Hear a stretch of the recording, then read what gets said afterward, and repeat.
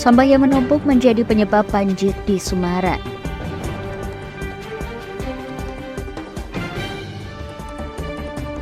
ASN dilarang berfoto bersama caleg dan berpose menggunakan jari.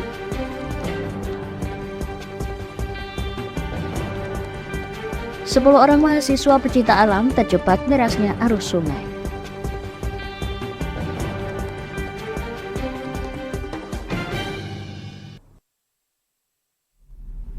Selamat sore pemirsa, Jateng hari ini edisi Rabu 29 November 2023 kembali hadir menemani Anda. Selain 3 berita hangat tadi, beragam berita aktual lainnya akan kami hadirkan selama 30 menit ke depan bersama saya Puji Lestari. Berikut Jateng hari ini selengkapnya.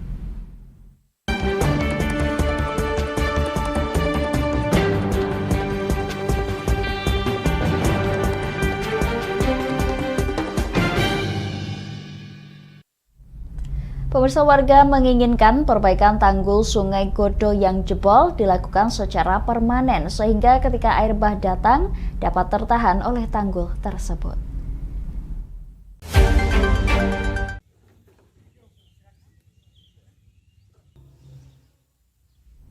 Dampak banjir bandang mengakibatkan sejumlah warga tidak bisa bekerja. Tanggul jebol mengakibatkan perabotan milik warga banyak rusak ataupun kotor terkena lumpur.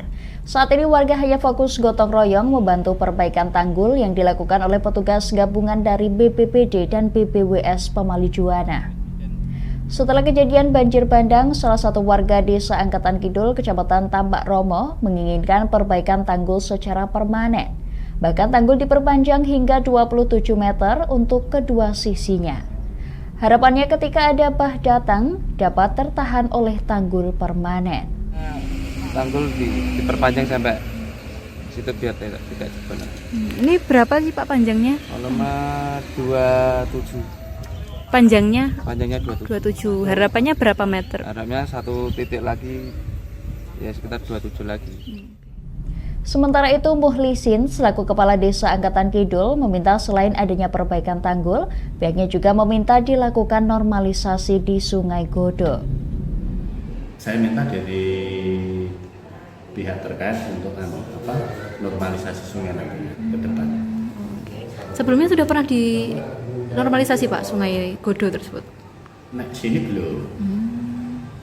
Sini belum. Cuman nanti ke depan rencananya minta dinormalisasi. Sementara itu, dalam penanganan banjir bandang dan tanggul jebol ini, Kepala Pelaksana Harian BPBD Pati Martinus Budi Prasetya menuturkan pihaknya menyiapkan bantuan 1.000 karung pasir, 500 dari Pemkab Pati dan 500 karung dari BPWS Pemali Juwana. Sementara untuk elemen lain, Martinus mengatakan akan berkoordinasi dengan pemerintah desa setempat. Dan 500 dari PSDA. Kalau gitu 1.000 ya Pak? 1.000. Harapan kedua, Sekretariat Daerah Kabupaten Pati. Tanggul jebol di Angkatan Lor dan Kidul itu cukup 1.000 sandbag ya. Cuma itu kan nanti akan masih ada material yang lain, ada tanah uruk, kemudian ada bambu untuk membuat boso Jawa diplateki gitu ya, itu nanti kami. Harapan ketiga, Sekretariat DPRD Kabupaten Pati. Pertama dulu kapan itu mulai dikerjakan. Tapi yang penting bantuan sudah kami kirim kemarin. Kemungkinan Top 10, Dinas Pertanian Kabupaten Pati. Kalau selesainya itu ya tinggal, kalau itu memang Top 10, Badan Perencanaan Pembangunan Daerah Kabupaten Pati. Top 10, Badan Penanggulangan Bencana Daerah Kabupaten. Selain untuk memperlancar perbaikan, BPWS Pemali Juwana Pati menerjunkan 20 orang tenaga pemeliharaan serta tanah uruk untuk menangani tanggul jebol. Ya, ada yang kita datangkan juga dari luar untuk tanah uruk. Untuk kegiatan ini nanti akan selesai di hari ini atau seperti apa? Nanti untuk kemungkinan besok hari karena ini masih menunggu alat berat, jadi kita siapkan untuk alat-alat dan bahan yang akan digunakan untuk pengembalian tanggul. Jadi nanti setelah alat berat sampai kita kerjakan untuk penutupan tanggul. Oke, kemungkinan besok selesai ya Pak ya? Ya. Dari Pati, Mutia Parasti, Lingkar TV melaporkan.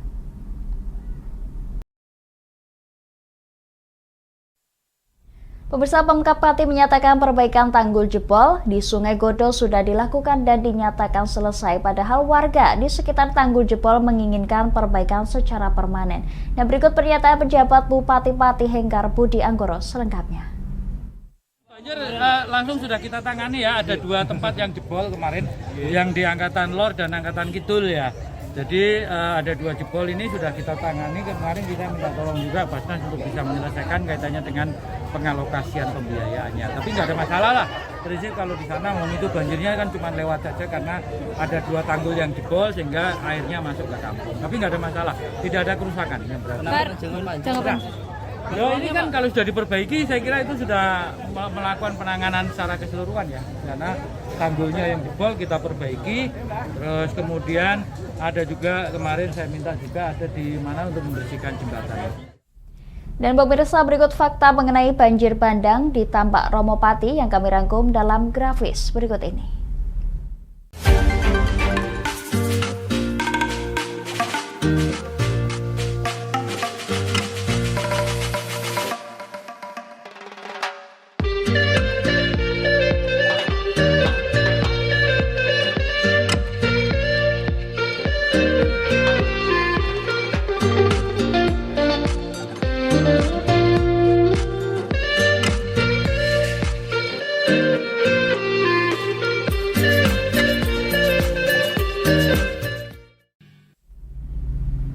Pemirsa, Wali Kota Semarang menemukan pompa air yang tidak beroperasi maksimal dalam mengatasi banjir. Selain itu, timbunan sampah hingga bangunan di atas sungai yang menjadi penyebab banjir.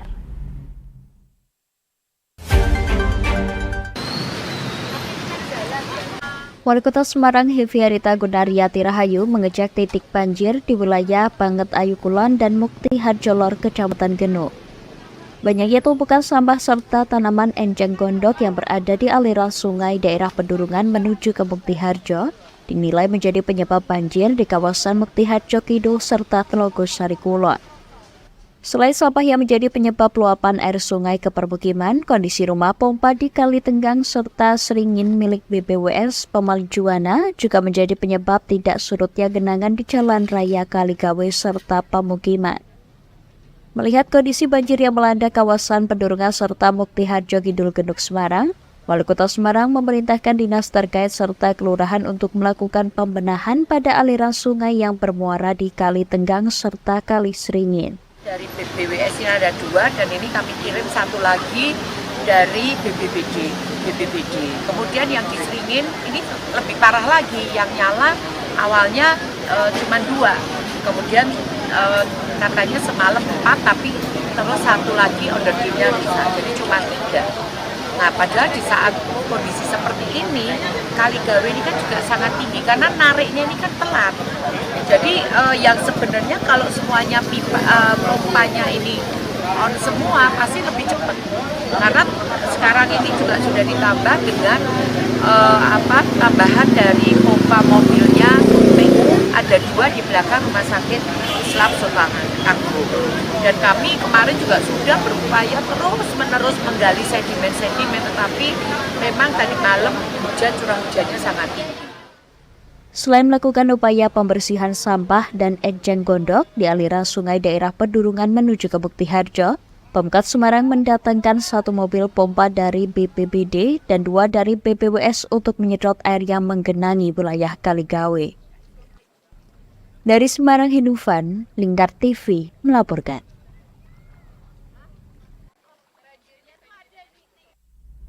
Kita beralih ke berita lain, pemirsa. 10 orang mahasiswa pecinta alam Universitas Pancasakti Tegal terjebak derasnya arus Sungai Gung di dekat Bendung Danawarih, Kabupaten Tegal. Mereka tengah mengikuti susur sungai untuk kegiatan survei pecinta alam.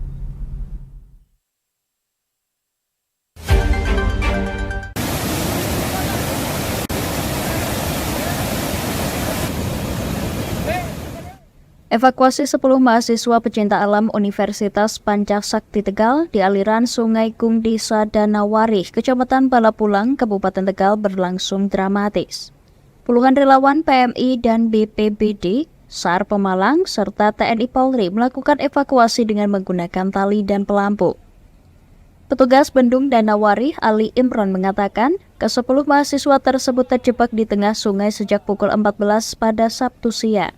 Namun evakuasi baru dilakukan pada pukul 15 Sabtu sore.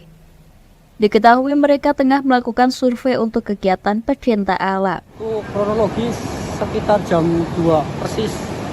Iya. Untuk hujan dari jam 1:30 cuma belum adanya banjir gitu. Para korban ini dari mana, Pak? Untuk dari info dari Mapati, pendaki Kabupaten Tegal, ada yang dari Brebes. Seperti itu, gabungan Tegal dan Brebes. Berarti ini setelah kegiatan ya Pak, mau pulang berarti apa? Enggak, dia baru survei, buat kegiatan materi katanya. Berarti baru mau survei ya Pak ya? Iya, baru mau survei. Seluruh mahasiswa berhasil dievakuasi dengan selamat pada pukul 17.50 waktu Indonesia Barat. Mereka yakni Rizky, Muhammad Esa, Faizal, Daina Putri, Kevin Roibahi, Sifadika, Imron, Rangga, Ibrahim Imanuddin, Sahrul, dan Untung. Mereka adalah warga Kota Tegal, Kabupaten Tegal, dan Brebes. Dari Tegal, Gus Fadilah, Lingkar TV melaporkan.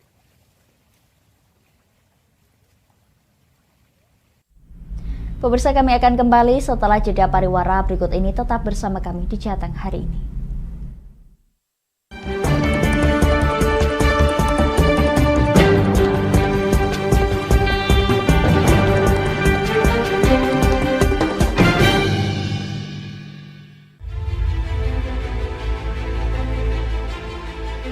Memberikan pinjaman uang kepada saya dengan bunga 8% per bulan.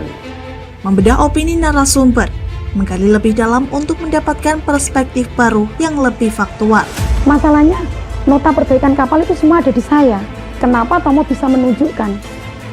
Demi mendapatkan informasi yang solutif dan terpercaya dalam Bedah Opini.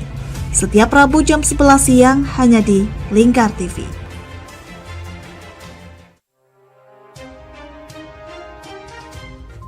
Inilah ketiga anggota komplotan pencuri spesialis pecah kaca mobil setelah melakukan penggelapan 20 sepeda motor dan 2 unit mobil dengan modus retal.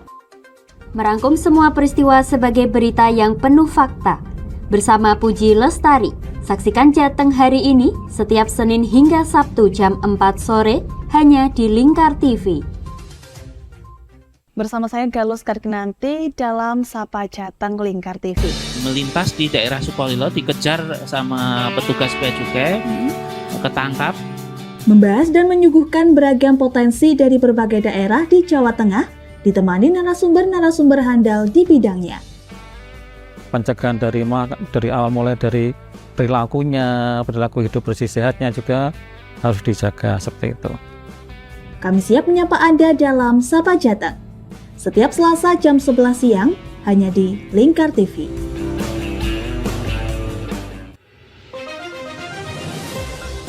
Modus kedua pelaku ini berpura-pura kehabisan bahan bakar kendaraan. Setelah pelaku dibantu, mereka kemudian melakukan kekerasan dan mengambil paksa sepeda motor korban. Saat tiba di lapangan terbang Okbab, rombongan langsung dihadang 5 orang yang mengaku sebagai anggota KKB. Yakni melakukan bujuk rayu kepada korban yang merupakan santriwati pada momen kegiatan belajar mengajar khusus. Menyajikan informasi-informasi hangat dan terpercaya bersama Kabar Indonesia setiap Senin hingga Sabtu jam 7 pagi hanya di Lingkar TV.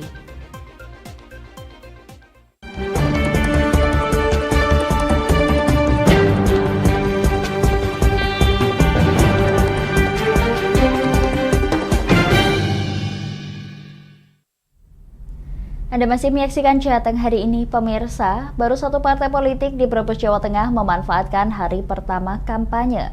Pada hari pertama, PDIP menggelar pertemuan terbatas.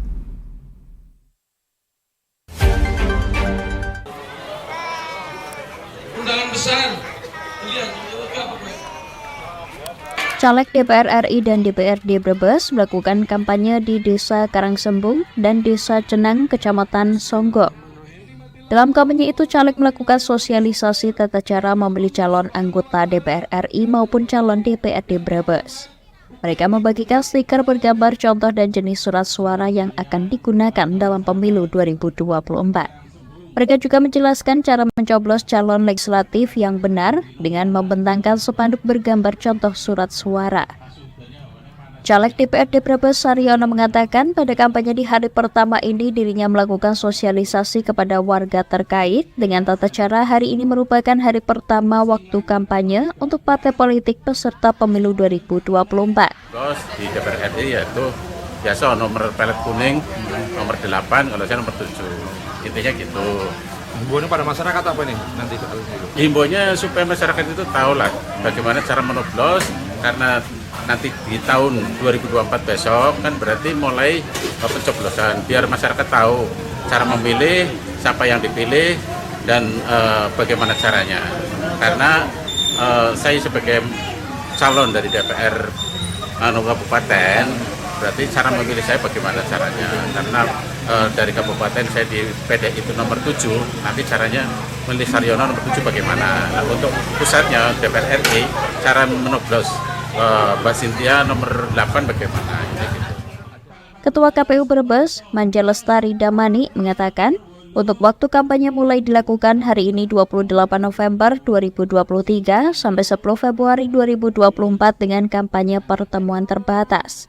Kemudian kampanye bisa dilakukan dengan penyebaran dan pemasangan alat peraga kampanye di tempat umum. Namun di hari pertama ini baru ada satu partai politik yang melakukan kampanye. Rame Pak, jadi palingnya masih di tingkatan parpol mereka terbatas. Ya. Dari sepengetahuan KPU nih, udah berapa yang hari ini yang melakukan kampanye? Belum, kalau di KPU belum ada yang masuk. Per hari ini belum ada yang masuk. Itu PDI itu? Satu, ya PDI mungkin ya. Tapi saya kalau dari suratnya belum masuk ke KPU belum masuk. Tapi tadi ada dari kabar teman-teman itu mungkin ke Bawaslu apa ke kepolisian itu udah berapa. Tapi kita belum dapat suratnya, belum ada. Artinya masih sepi ya Pak ya? Belum. Per hari ini saya cek juga di surat belum ada. Di hari pertama ini baru ada satu partai politik yang memberikan surat tanda terima pemberitahuan atau STTP kampanye kepada Bawaslu Brebes. Parpol tersebut adalah PDIP yang mengawali kampanye di hari pertama di wilayah Kecamatan Songgom dan Kecamatan Brebes. Dari Brebes, Gus Fadilah, Lingkar TV melaporkan.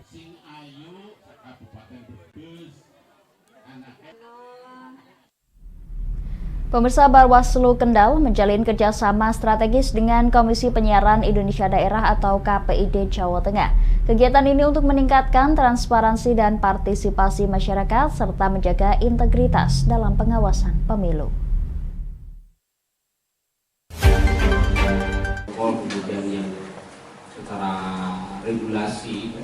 Kolaborasi ini dimantapkan dalam rapat koordinasi kehumasan yang dihelat bersama Panitia Pengawas Pemilu atau Panwaslu tingkat kecamatan dan media. Selain itu, rapat tersebut juga bertujuan untuk mengoptimalkan peran media sebagai alat efektif dalam menyuarakan informasi terkait pemilu. Kehadiran KPID Jateng dalam rakor turut memberikan perspektif lebih dalam terkait regulasi penyiaran selama masa pemilu. Komisioner KPID Jawa Tengah, Sonaka Yuda Laksona mengatakan, media memiliki peran yang krusial dalam mengawal pengawasan pemilu, seperti diantaranya sebagai pemberi informasi yang objektif, pemantau pelaksanaan pemilu, menyoroti pelanggaran dan kecurangan, mendorong partisipasi masyarakat, serta sebagai forum diskusi publik. Terhadap teman-teman Bawaslu, betul memang domain pengawasan pemilu menjadi domainnya teman-teman Bawaslu, tapi harapannya masyarakat sipil dalam hal ini teman-teman media juga bisa menjadi supporting system ketika misalnya menemukan ada satu pelanggaran, monggo silahkan itu diberitakan, dikonfirmasi ke teman-teman Bawaslu apakah itu memang masuk dalam ranah pelanggaran sesuai dengan per Bawaslu atau per KPU. Harapannya seperti itu. Anggota Bawaslu Kendal Divisi Pencegahan Hubungan Masyarakat dan Partisipasi Masyarakat Muhammad Habibi menuturkan, keberhasilan pemilu tidak hanya bergantung pada keberhasilan penyelenggaraan, tetapi juga pada sejauh mana masyarakat dapat terlibat dan terinformasikan dengan baik. Tentu harapannya teman-teman media bisa bersinergi bersama untuk menjaga proses ataupun tahapan pemilu ini. Jadi bagaimana kemudian teman-teman media bisa memberikan berita yang berimbang dengan berita yang sebenarnya, sehingga juga mampu menjaga kondisivitas para pemilih. Diharapkan dari rakor tersebut terjalin jejaring komunikasi antara Bawaslu, KPID Jateng, dan media. Selain itu, masyarakat Kendal dapat lebih terlihat aktif dan mendapatkan pemahaman yang lebih baik terkait dengan pentingnya peran mereka dalam menjaga integritas dan transparansi pemilu. Dari Kendal, Wahyudi, Lingkar TV melaporkan.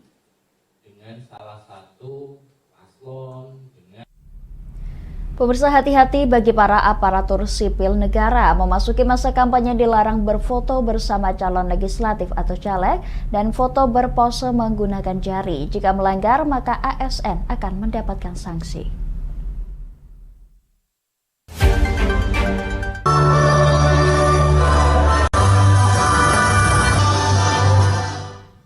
Pemerintah telah mengeluarkan aturan terkait larangan pose jari bagi aparatur sipil negara atau ASN untuk menjaga netralitas selama masa pemilihan umum atau pemilu 2024. Hal itu diatur dalam surat keputusan bersama 5 Menteri tahun 2022. Sekda Kendal Sugiono mengingatkan agar ASN tidak terlibat politik praktis. Terlebih bagi yang terbiasa bermedia sosial agar berhati-hati saat mengupload foto selfie. Dirinya mengingatkan jangan sampai foto bersama caleg diupload di medsos dan juga foto berpose menggunakan jari. Namun hal itu diperbolehkan jika untuk dokumentasi sendiri dan diupload setelah selesai pemilu. Berikan himbauan beberapa kali melalui grup-grup bahwa kita untuk tidak berfoto dengan pakai petunjuk-petunjuk pakai jari, kita fotonya begini. Nah, gitu aja. Termasuk dengan tokoh-tokoh nanti ya Pak ya saat kampanye Pak? Dengan tokoh-tokoh ya kita akan menyesuaikan dengan peraturan perundang-undangan yang ada. Jadi kalau memang nggak boleh foto dengan calon-calon ya kita mungkin insya Allah tidak akan kita lakukan. Kita melakukan semuanya berdasarkan aturan yang ada. Ketua Bawaslu Kabupaten Kendal, Hevi Indah Oktaria mengatakan, terkait netralitas ASN, pihaknya akan mengawasi melalui IT maupun medsos. Apabila ditemukan pelanggaran, maka akan dilakukan tindakan tegas sesuai undang-undang yang berlaku. Ya, jadi kalau ASN pelanggaran yang paling sering dari itu, ya ini ada Pak Sekda. Jadi komitmen Pak Sekda di Kabupaten Kendal, ASN akan netral, tidak akan melakukan gerakan atau kemudian simbol-simbol atau keberpihakan terhadap partai politik atau peserta pemilu lainnya. Netralitas ASN dalam pemilu sendiri merujuk peraturan pemerintah PP nomor 94 tahun 2021. Dalam pasal 8 ayat 3 PP nomor 94 tahun 2021 disebutkan jenis hukuman disiplin bagi yang melakukan pelanggaran. Dari Kendal, Wahyudi, Lingkar TV melaporkan.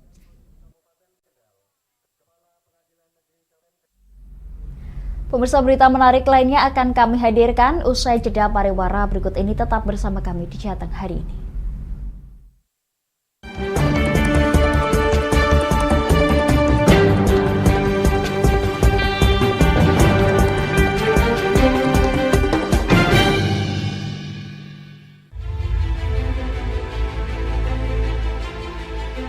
Memberikan pinjaman uang kepada saya dengan bunga 8% per bulan.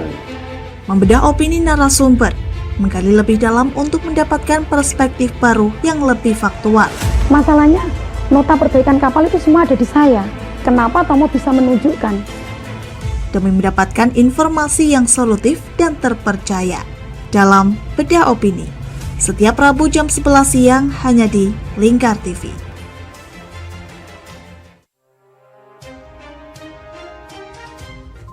Inilah ketiga anggota komplotan pencuri spesialis pecah kaca mobil setelah melakukan penggelapan 20 sepeda motor dan 2 unit mobil dengan modus retard. Merangkum semua peristiwa sebagai berita yang penuh fakta.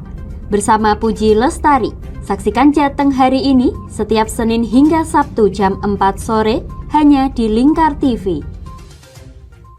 Bersama saya Galus Karginanti dalam Sapa Jateng Lingkar TV. Melintas di daerah Sukolilo dikejar sama petugas bea cukai, ketangkap membahas dan menyuguhkan beragam potensi dari berbagai daerah di Jawa Tengah, ditemani narasumber-narasumber handal di bidangnya. Pencegahan dari awal mulai dari perilakunya, perilaku hidup bersih sehatnya juga harus dijaga seperti itu. Kami siap menyapa Anda dalam Sapa Jateng. Setiap Selasa jam 11 siang, hanya di Lingkar TV.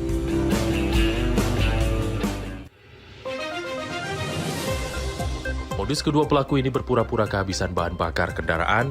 Setelah pelaku dibantu, mereka kemudian melakukan kekerasan dan mengambil paksa sepeda motor korban. Saat tiba di lapangan terbang Okbab, rombongan langsung dihadang 5 orang yang mengaku sebagai anggota KKB. Yakni melakukan bujuk rayu kepada korban yang merupakan santriwati pada momen kegiatan belajar mengajar khusus. Menyajikan informasi-informasi hangat dan terpercaya bersama Kabar Indonesia setiap Senin hingga Sabtu jam 7 pagi hanya di Lingkar TV.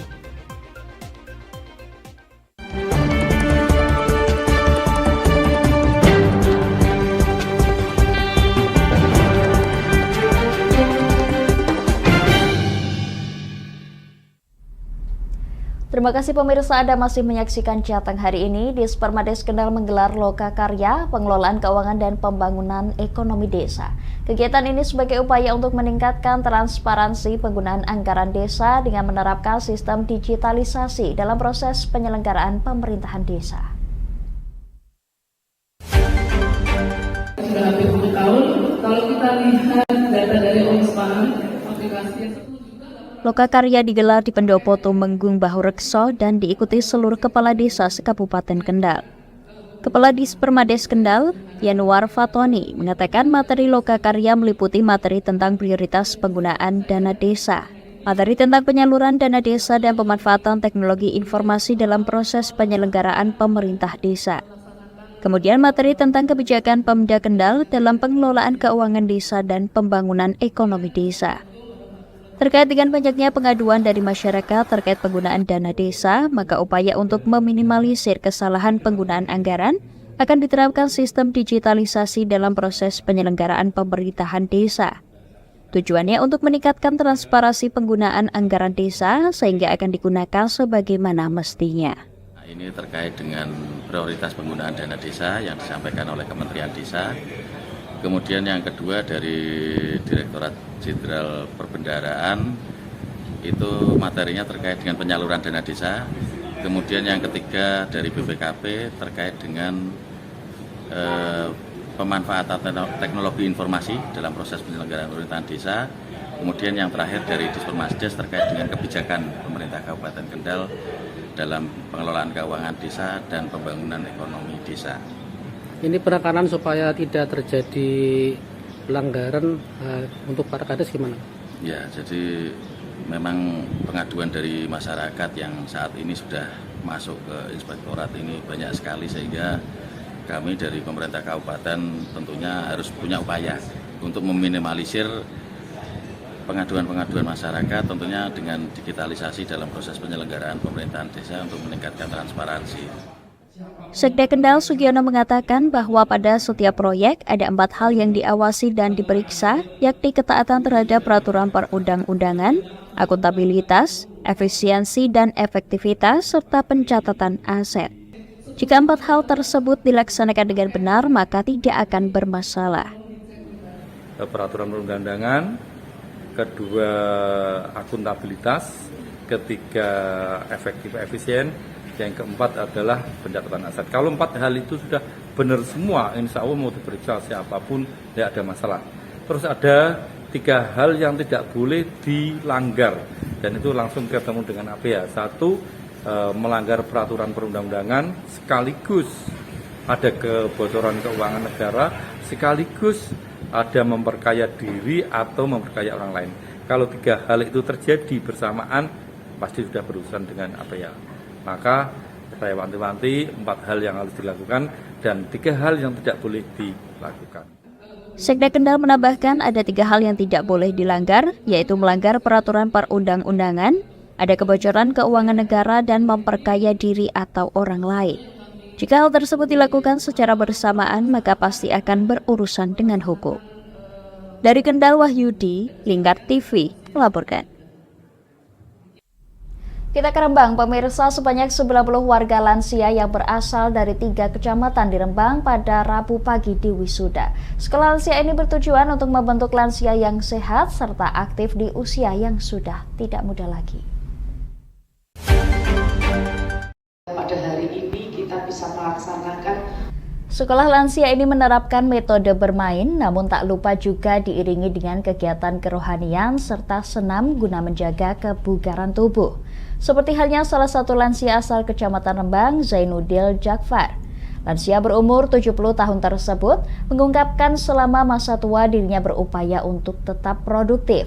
Sesuai dengan 7 dimensi pokok sekolah lansia, yaitu spiritual, intelektual, fisik, sosial, emosional, vokasional, dan lingkungan.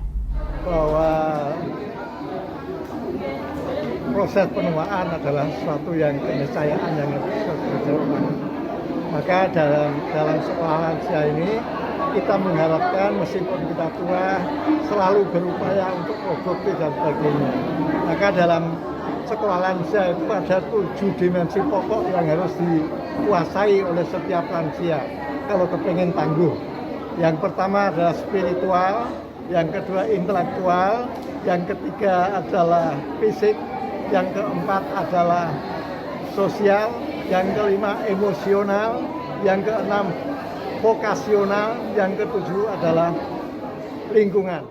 Sementara Sekretaris Pokja BKKBN, Muh Wahab menuturkan, sekolah lansia dihadirkan guna membentuk lansia yang sehat, aktif, dan mandiri. Proses wisuda sekolah lansia di Kabupaten Rembang ini tadi sudah berjalan mulai jam 9.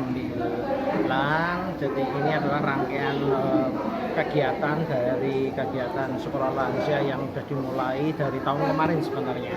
Program sekolah lansia sudah dimulai dari tahun 2022, tetapi hari ini proses wisuda yang keduanya. Jadi kita BKKBN punya program selain program Bina Keluarga Lansia, tetapi sasarannya sekarang bertambah, tidak hanya keluarga yang memiliki lansia, tetapi juga termasuk lansianya sendiri.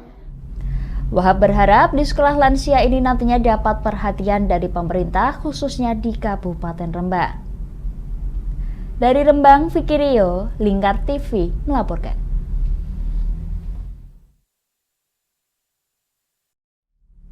Masih di Kendal, pemirsa, komunitas Tamiya Kendal menggandeng Dispora Park Kendal menggelar kejuaraan balapan terbuka mini 4WD area Jawa Tengah. Kejuaraan yang baru pertama kalinya digelar di Kendal ini diikuti oleh 30 tim dari berbagai daerah, diantaranya Semarang, Solo, Pekalongan, Demak, dan lainnya.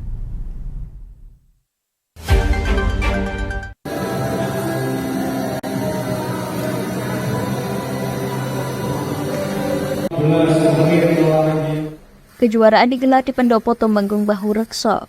Kejuaraan ini hanya melombakan satu kelas, yakni kelas Open STO50 Japan Style. Total hadiah sebesar 15 juta rupiah untuk juara 1-4. Dari gelaran kejuaraan ini diharapkan wadah komunitas Tamiya Kendal semakin berkembang. Selain itu, permainan Tamiya bisa menjadi alternatif lain agar tidak kecanduan bermain gawai. Kelas Open STO Japan Style. Pesertanya berapa nih? Pesertanya 30 tim area Jawa Tengah. Ada Semarang, ada Demak, terus wilayah Kendal juga ada, Solo, Pekalongan. Ya, harapannya supaya khususnya untuk komunitas Tamiya di Kendal kan sudah ada komunitasnya, ini lebih bisa wadah untuk mereka. Terus sekarang ini kan bisa menjadi alternatif lain karena ada anak-anak yang kecanduan gadget, jadi ada permainan yang benar-benar bisa dimainkan dengan seperti zaman kecil dulu. Permainan Tamiya pernah ramai di Kendal pada tahun 90-an, namun sejak tahun 2001 mulai vakum.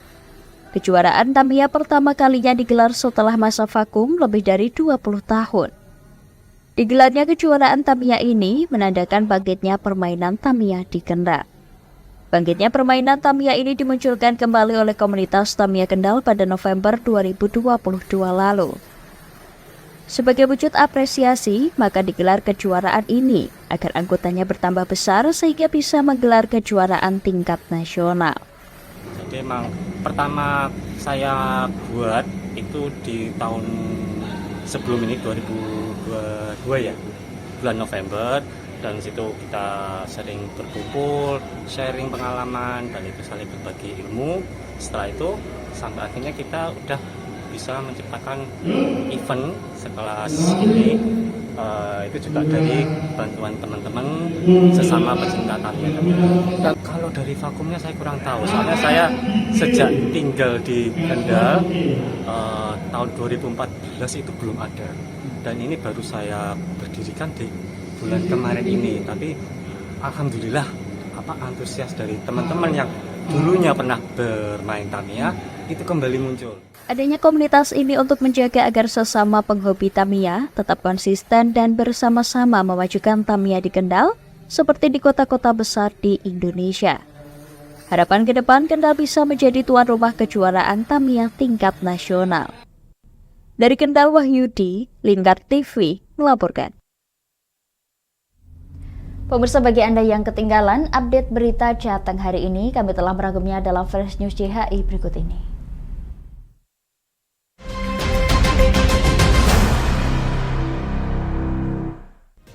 Baru satu partai politik di Brebes, Jawa Tengah memanfaatkan hari pertama kampanye. Pada hari pertama, PDIP menggelar pertemuan terbatas. 10 orang mahasiswa pecinta alam Universitas Pancak Sakti Tegal terjebak derasnya arus sungai Gung di dekat Bendung Danawaris, Kabupaten Tegal. Mereka tengah mengikuti susur sungai untuk kegiatan survei pecinta alam. Dispermades Kendal menggelar loka karya pengelolaan keuangan dan pembangunan ekonomi desa. Kegiatan ini sebagai upaya untuk meningkatkan transparansi penggunaan anggaran desa dengan menerapkan sistem digitalisasi dalam proses penyelenggaraan pemerintahan desa. Wali Kota Semarang menemukan pompa air yang tidak beroperasi maksimal dalam mengatasi banjir. Selain itu, timbunan sampah hingga bangunan di atas sungai yang menjadi penyebab banjir. Pemirsa, rangkuman berita tadi sekaligus menutup perjumpaan kita di Jateng hari ini. Berita-berita Jateng hari ini dapat Anda akses kembali di channel YouTube, TikTok, dan Instagram kami Lingkar TV. Saya Puji Lestari dan kerabat kerja yang bertugas mengucapkan terima kasih atas kebersamaan Anda. Selamat sore dan sampai jumpa.